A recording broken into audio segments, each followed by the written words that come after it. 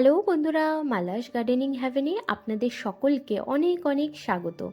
আশা করি আপনারা সবাই অনেক ভালো আছেন। আমিও অনেক ভালো আছি, সাথে বাগানের নিত্য কাজে ব্যস্ত আছি। বন্ধুরা, আমরা সকলেই জানি যে একটা সুন্দর ছাদ বাগান তৈরি করতে বা ছাদে গাছ লাগাতে সবথেকে গুরুত্বপূর্ণ বিষয় হলো কম্পোস্ট সার তৈরি করা। কারণ যত ভালো আর উন্নত মানের কম্পোস্ট সার আপনি তৈরি করতে পারবেন, তত সুন্দরই আপনার সয়েল মিক্স থাকবে আর তত সুন্দর গাছের গ্রোথ হবে, গাছে ফল ফুল সবজি ধরবে। তো সেই কম্পোস্ট সার সবথেকে উন্নত মানের আপনারা কিভাবে তৈরি করবেন সেটি আজকের ভিডিওতে আপনাদেরকে দেখাবো। আর তার সাথে রয়েছে, দেখুন, আমরা যারা শহরে গাছ লাগাই তাদের কাছে মাটি, তারপরে জায়গা, টব, তারপরে গ্রো ব্যাগ এসবের কিন্তু অভাব সর্বদাই লেগে থাকে। তো কম্পোস্ট তৈরি করবার জন্য যে গ্রো ব্যাগটি আমি আজকে ব্যবহার করব, তো সেটাকে শুধুমাত্র কম্পোস্ট তৈরিতে ব্যবহার না করে তার মধ্যেই গাছ লাগাবো, আবার কিছু দানাও লাগিয়ে দেব। সুতরাং একটা যে গ্রো ব্যাগকে আমরা তিনটি কাজে ব্যবহার করব। এক হচ্ছে কম্পোস্ট তৈরি, দুই হচ্ছে দানা থেকে চারা তৈরি করবার কাজে, আর সাথেই আমরা গাছও লাগাবো একই গ্রো ব্যাগে। তো একটা গ্রো ব্যাগকে ইউজ করব এই তিনটে কাজে কিভাবে, তো আজকের ভিডিওতে আপনাদেরকে আমি সেটাই দেখাবো। তার সাথে বেশ কিছুদিন আগে আমি একটা কম্পোস্ট তৈরি করেছিলাম বস্তায়, তারটা কিভাবে তৈরি হয়েছে আর কতটা সুন্দর সার তৈরি হয়েছে সেটাও আপনাদেরকে দেখিয়ে দেব।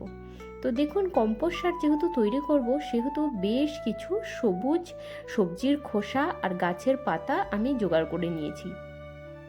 মূলত কম্পোস্ট সার তৈরি করবার জন্য দুই ধরনের ইনগ্রিডিয়েন্টের প্রয়োজন পড়ে বা দুই ধরনের জিনিসের প্রয়োজন। এক হচ্ছে এই ধরনের সবুজ পাতা, সবজির খোসা আর সমস্ত কিছু ভিজে জিনিসপত্র। আর আরেকটি হচ্ছে ড্রাই ইনগ্রিডিয়েন্ট, মানে শুকনো জিনিস। শুকনো জিনিসের মধ্যে আমি এখানে ব্যবহার করছি কাগজের টুকরো আর কাটা খড়। আপনাদের কাছে যদি শুকনো পাতা থাকে সেটাও আপনারা ব্যবহার করতে পারেন। দুটো ধরনের কালারকে আপনাদেরকে বুঝতে হবে, একটা হচ্ছে গ্রিন আর একটা হচ্ছে ব্রাউন। ব্রাউনটা হচ্ছে কম্পোস্টে কার্বন সোর্স হিসেবে কাজ করবে, আর গ্রিন এলিমেন্ট থেকে গাছ পাবে নাইট্রোজেন, পটাশিয়াম, ফসফরাস। আর আমি এখানে ব্যবহার করেছি এই যে সয়েল মিক্সটা, এর মধ্যে রয়েছে মাটি, খড়, গোবর সার আর কিছুটা সরিষার খোল। আর আমি এখানে যে গ্রো ব্যাগগুলো ব্যবহার করছি, এগুলো কিন্তু কেনা গ্রো ব্যাগ নয়, বাড়িতে কিনে নিয়ে আসা চালের ব্যাগগুলোকে আমি এইভাবে উল্টো করে নিয়েছি। এর মধ্যেই মূলত আমি আজকে কম্পোস্ট তৈরি করে আপনাদেরকে দেখাবো। তো আমি এখানে একটা গ্রো ব্যাগই আপনাদেরকে ভর্তি করে দেখাবো। তো আপনারা একই পদ্ধতিতে অন্য যে কোনো গ্রো ব্যাগ ভরে নিতে পারেন। আর গ্রো ব্যাগ যদি না থাকে তাহলে তার পরিবর্তে আপনারা যে কোনো টব বা গামলা, বালতিও ব্যবহার করতে পারেন কম্পোস্ট তৈরি করবার জন্য। তো চলুন কাজটি শুরু করা যাক। তো সবার আগে এই যে গ্রো ব্যাগটা নিয়েছি, এর নিচের দিকে দিয়ে দিলাম বেশ খানিকটা খড় কাটা, আর তার উপরে দিয়ে দিচ্ছি বেশ খানিকটা ছোট ছোট করে কেটে রাখা কাগজের টুকরো। এবার দিয়ে দেব 2 মুঠো যে সয়েল মিক্স তৈরি করে রেখেছিলাম সেটা। এবার এর উপরে আমরা লেয়ার বাই লেয়ার সবজির যে খোসা আর গাছের পাতা জোগাড় করে রেখেছিলাম সেগুলো, মানে সমস্ত কিছু সবুজ রঙের এলিমেন্ট। সবুজ রঙের এলিমেন্ট আপনাদেরকে আগেই বলেছি, এইটি থেকেই গাছের যে মাটি সার, কম্পোস্ট সার তৈরি হবে, সেই কম্পোস্টের মধ্যে নাইট্রোজেন, পটাশিয়াম, ফসফরাস আর বাদবাকি মাইক্রোনিউট্রিয়েন্টগুলো এই সবুজ এলিমেন্ট থেকে গাছ পাবে। আর ওই সারের জন্য মধ্যে যে কার্বনের প্রয়োজন পড়বে, সে কার্বনের চাহিদাকে মাটির মেটাবে হচ্ছে এই ধরনের শুকনো পাতা বা এই খড় আর হচ্ছে কাগজের টুকরো। তো এইভাবে দেখুন লেয়ার বাই লেয়ার আমি তৈরি করে নিচ্ছি। প্রথমে বেশ খানিকটা সবজির খোসা, তার উপরে এক লেয়ার মাটি, তার উপরে আবার সবজির খোসা, আবার মাটি, এইভাবেই ভরতে থাকতে হবে যতক্ষণ না পুরোপুরি ভরে ওঠে। আর এই প্রসেস আপনারা কিন্তু অনেক দিন ধরেই চালাতে পারেন। নর্মালি এখন যদি আমি একে সম্পূর্ণরূপে ভরে দিই একই সিস্টেমে, তো ঠিক 3 থেকে 4 দিন পরে দেখতে পাবো এই মাটিটা অনেকটা নিচে চলে যাবে। তারপরে আবার বেশ খানিকটা সবজির খোসা দিয়ে তার উপরে আবার এক লেয়ার মাটি চাপা দিয়ে দিয়ে রেখে দিতে পারেন। আবার ঠিক তার 4-5 দিন পরে আবার কিছুটা সবজির খোসা, তার উপরে আবার এক লেয়ার মাটি, এইভাবে করে করেও আপনারা ভর্তি করতে পারেন। আমি যেহেতু এখানে অনেক পরিমাণে সবজির খোসা নিয়ে এসেছি, আর এই গ্রো ব্যাগগুলোর মধ্যে আপনাদেরকে যেহেতু বললাম যে এর উপরে আমি এখন সবজির দানাও লাগাবো, আবার সবজির গাছও লাগাবো, তো সেটা তো আমি এখন আর করছি না। আর আমার কাছে এখন প্রচুর পরিমাণে সবজির খোসা রয়েছে, তো সবগুলো সবজির খোসাকেই দিয়ে আমি এই গ্রো ব্যাগগুলোকে ভরে নিয়েছি। দেখুন, এই দেখুন, পুরো গ্রো ব্যাগগুলোকে উপর পর্যন্ত ভরে নিয়েছি। এবার এর উপরে দেব সয়েল মিক্স। সয়েল মিক্স বলতে কিছুদিন আগে আমি একটা বস্তাতে কম্পোস্ট তৈরি করতে দিয়েছিলাম, তো সেই কম্পোস্টটা কীরকম হয়েছে চলুন আপনাদেরকে একবার দেখাই। এই দেখুন, বস্তাটা থেকে বার করেছি, আর প্রায় তো হাফ বস্তা মতো ভরে রেখেছিলাম, আর সবটাই প্রায় কম্পোস্ট হয়ে গেছে, আর কিছু কিছু এলিমেন্ট এখনও ইসে হয়নি, কম্পোস্ট তৈরি হয়নি, তো সেগুলোকে আরেকবার কম্পোস্টের বস্তাতে ভরে দেব। তার আগে চেলে এই কম্পোস্টটাকে, ঝুরঝুরেটাকে বার করে নিই। এই দেখুন, সুন্দর করে চেলে নিয়ে এই যে মাটিটা বা কম্পোস্ট সারটা, এই সারটাকে আমি ওই যে গ্রো ব্যাগ তৈরি করেছি ওর ওপরে দেব, দিয়ে তার উপরে আমি গাছ লাগাবো। এই দেখুন কতখানি ঝুরঝুরে সুন্দর সার তৈরি হয়েছে।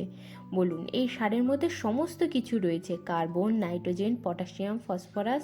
আর এই সার যদি আপনারা বাড়িতে তৈরি করে দিতে পারেন এইভাবে, আপনাদের গাছের গ্রোথ দেখবেন অনেক হারে বৃদ্ধি পাবে। আর এগুলো করা খুব একটা কঠিনও নয়, খালি আপনাদেরকে অনেকখানি সবজির খোসা আর এই ধরনের গ্রো ব্যাগ সমস্ত কিছু রেডি রাখতে হবে আপনাদের কাছে, তাহলে এই কাজটা হয়ে যাবে। আর হচ্ছে একটুখানি ধৈর্য থাকা দরকার। এই কম্পোস্টটা তৈরি হয়েছে কিন্তু পুরো 4 মাস লেগে গেছে। 4 মাস আগে এইরকম একটি বস্তা তৈরি করে আমি রেখে দিয়েছিলাম, আর সেখান থেকেই দেখুন কত সুন্দর সার আজকে আমি পেয়ে গেলাম। এই সারটাকেই খানিকটা করে এর উপরে দিয়ে দেব, কারণ এই যে সারটা রয়েছে এর মধ্যে কিন্তু প্রচুর ছোট ছোট মাইক্রো অর্গানিজম রয়েছে, তারা বস্তার মধ্যে সমস্ত সবজির খোসাকে কম্পোস্টে পরিণত করতে সাহায্য করবে। এই দেখুন, বেশ খানিকটা করে এই যে কম্পোস্ট সারটা দিয়ে আমি এই সমস্ত সবজির খোসা আর সয়েল লেয়ারের ওপরে একটা লেয়ার তৈরি করে দিলাম। এবার এই লেয়ারের উপরেই আমরা কিন্তু সহজেই গাছ লাগাতে পারি, যে কোনো দানা লাগাতে পারি। আর আজকে যে কম্পোস্ট সারটা আমি চেলে বার করলাম, এই কম্পোস্ট সারের উপরে আপনারা কিন্তু দানা খুব সহজেই লাগাতে পারেন। এই কম্পোস্ট সারের উপরে যদি আপনারা দানা লাগান, দেখতে পাবেন যে দানার গ্রোথ কিন্তু খুবই ভালো হয়। কারণ দানা যখন ফুটে বার হয়, প্রথম পাতাটা যে বার হয়, সেই পাতাটা বার হওয়া পর্যন্ত গাছের খাবার লাগে না, কিন্তু তারপরে যে নতুন পাতা বার করতে কিন্তু গাছের প্রচুর পরিমাণে খাদ্যের প্রয়োজন হয়। তো এইভাবে আপনারা কম্পোস্টের মধ্যেও দানা লাগাতে পারেন। দেখুন, আমি কম্পোস্ট সার দিয়ে একটা লেয়ার উপরে তৈরি করে নিয়েছি। এবার এর মধ্যে আমি এই দানাগুলোকে বসিয়ে দেব। এখানে রয়েছে 2টো উচ্ছের দানা, 2টো চাল কুমড়োর দানা, আর 4টে শসার দানা।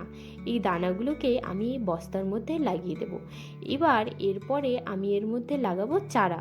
এবার গাছের চারা বেঁচে থাকবে বা গাছের গ্রোথ কীরকম হয়, আর এই দানা ফুটে যে চারা কতগুলো বার হয়, কী ধরনের গাছের গ্রোথ থাকে, তার উপরে নির্ভর করবে আগামী দিনে এই বস্তার মধ্যে আমি কটা গাছ লাগিয়ে রাখবো আর কটা গাছ লাগিয়ে রাখবো না। তো সমস্ত বস্তাতে দেখুন আমি 2টো করে দানাই দিচ্ছি। এই যে দানাগুলো, এই দানাগুলোর মধ্যে কিন্তু সবসময় সমান হারে শক্তি থাকে না। তার কারণে দেখা যায় যে হয়তো 4-5টা দানা লাগাবার পরে 1টা কি 2টো গাছ বার হয়। কি কখনো যদি দানার মধ্যে বেশি পরিমাণে শক্তি সঞ্চিত থাকে, তাহলে হয়তো বেশি দানা ফুটে চারা তৈরি হলো, কিন্তু বেশিরভাগ সময়ই দেখা যায় যে পরিমাণে দানা লাগানো হয় সমস্ত দানা কিন্তু ফোটে না। তো এবার ওই যে আপনাদেরকে বললাম যে ওর মধ্যেই আমি এবার গাছের চারাও লাগাবো। এই দেখুন, এটা হচ্ছে ধুতরা ফুলের গাছের চারা। আমার কাছে একটা ধুতরা ফুলের গাছ রয়েছে, আর এখানে যেহেতু আরও চারা হয়েছে সেহেতু এটাকে ফেলে দেবো না, আর একটা ধুতরা গাছ লাগিয়ে ফেলবো। আর এদিকে এই গাছটার গোড়ায় হয়েছিল একটা টমেটোর গাছের চারা। আর এই যে সবেদা গাছ, তার গোড়ায়ও দেখুন প্রচুর পরিমাণে টমেটো গাছের চারা হয়েছে। যেহেতু গ্রো ব্যাগটা রয়েছে, তাহলে আর নষ্ট করব কেন, চারাগুলোকে লাগিয়ে ফেলবো। ওই জন্য দেখুন একটু সাবধানে গোড়াটাকে শিকড়টাকে না ছিঁড়ে তুলে নিলাম 4টে চারা। এই 4টে চারাকে এবার এই গ্রো ব্যাগের মধ্যে বসিয়ে দেব। যেহেতু আমি দানাগুলোকে সাইডে করে লাগিয়েছি, সেহেতু এই চারাগুলোকে আমি মাঝখানে লাগাবো। একদম মাঝখানে লাগিয়ে জল দিয়ে রেখে দেব ছায়া জায়গাতে। এরপরে আমাকে খালি লক্ষ্য রাখতে হবে গাছের গ্রোথ। যখন এই দানা ফুটে চারাগুলো বেরোবে, তখন দেখব যে কোন গাছের কী ধরনের গ্রোথ আছে, সেই অনুযায়ী যদি প্রয়োজন পড়ে কিছু দানা ফুটে যে চারা বার হবে তাকে অন্য জায়গাতে শিফট করে দেব। দেখুন আমি 4টে গাছকেই সুন্দরভাবে বসিয়ে দিলাম, দিয়ে এবার জল দিয়ে দেব। কিছুদিন ধরে আমাদের এখানে একদমই রোদ্দুর উঠছে না, আর একদমই বলতে গেলে মেঘলা ওয়েদার রয়েছে, সেহেতু এখানে রাখলে গাছগুলোকে কোনোই সমস্যা হবে না, কারণ রোদ্দুর কয়েকদিন ধরে একদমই নেই। আর যদি রোদ্দুর থাকতো তাহলে গাছগুলোকে কিছুদিন রাখতাম ছায়া জায়গাতে। এবার দেখুন বিড়ম্বনা, ছোট চারা গাছকে রাখতে হয় ছায়া জায়গাতে, কিন্তু দানা থেকে চারা তৈরি করবার জন্য রাখা উচিত গ্রো ব্যাগকে রোদ্দুরে, কারণ দানা থেকে চারা তৈরি হওয়ার জন্য কিন্তু রোদ্দুরের তাপটা থাকা জরুরি। একই প্রজাতির দুটি দানাকে যদি দুটি আলাদা আলাদা টবে লাগানো হয় আর দুটি টবকে দুই জায়গাতে রাখা হয়, একটি রোদ্দুরে আর একটি ছায়াতে, তাহলে সবসময় দেখা যায় যে রোদ্দুরে থাকা দানাটা আগে ফুটে চারা তৈরি হয়, আর ছায়া জায়গাতে যে দানাটা, সেই দানাটা দেরি হয়, কারণ দানা থেকে চারা হওয়ার জন্য রোদ্দুরের তাপটা খুবই জরুরি। আর এই ধরনের ছোট চারাকে ছায়াতে কিছুদিন রেখে, কারণ এর শিকড় কিছুটা ছিঁড়ে গেছে, রেখে দিয়ে ছায়াতে কিছুদিন, তারপরে রোদ্দুরে ট্রান্সফার করা উচিত। যাই হোক, এখন এদিকে দেখুন বেশ খানিকটা পালং শাক তৈরি হয়ে গেছে হারভেস্টিংয়ের জন্য। এখান থেকে কিছুটা পালং শাক আজকে হারভেস্ট করে নেব। আর কয়েকটা দেখুন শীষ পালং বেরিয়েছে, তো ভাবছি ওই ডাঁটাগুলোকে বড় করে দানা সংগ্রহ করব সামনের বছরের জন্য। আর এখানে দেখুন এক ঝুড়ি শাক আমি তুলে নিয়েছি, আর এখনও রয়েছে বেশ খানিকটা, পরের দিন আবার হারভেস্ট করব। তো আজকের ভিডিওতে আপনারা দেখলেন কিভাবে আপনারা খুবই সহজে বাড়িতেই গাছের জন্য একদম অর্গ্যানিক উন্নত মানের কম্পোস্ট সার তৈরি করবেন, তার সাথে কম্পোস্ট বিনকে দানা লাগানো আর চারা গাছ লাগানোর কাজেও কিভাবে ব্যবহার করতে হয়, সমস্ত কিছুই আজকের ভিডিওতে আমি আপনাদেরকে দেখিয়ে দিলাম। আজকের মতন এইটুকুই, ভিডিওটা এখানেই শেষ করছি। দেখা হচ্ছে আবার পরের ভিডিওতে। আপনারা সবাই ভালো থাকবেন, সুস্থ থাকবেন, আর ভিডিওটি যদি ভালো লাগে তাহলে চ্যানেলটিকে সাবস্ক্রাইব করে আমার পাশে থাকবেন। টাটা বন্ধুরা।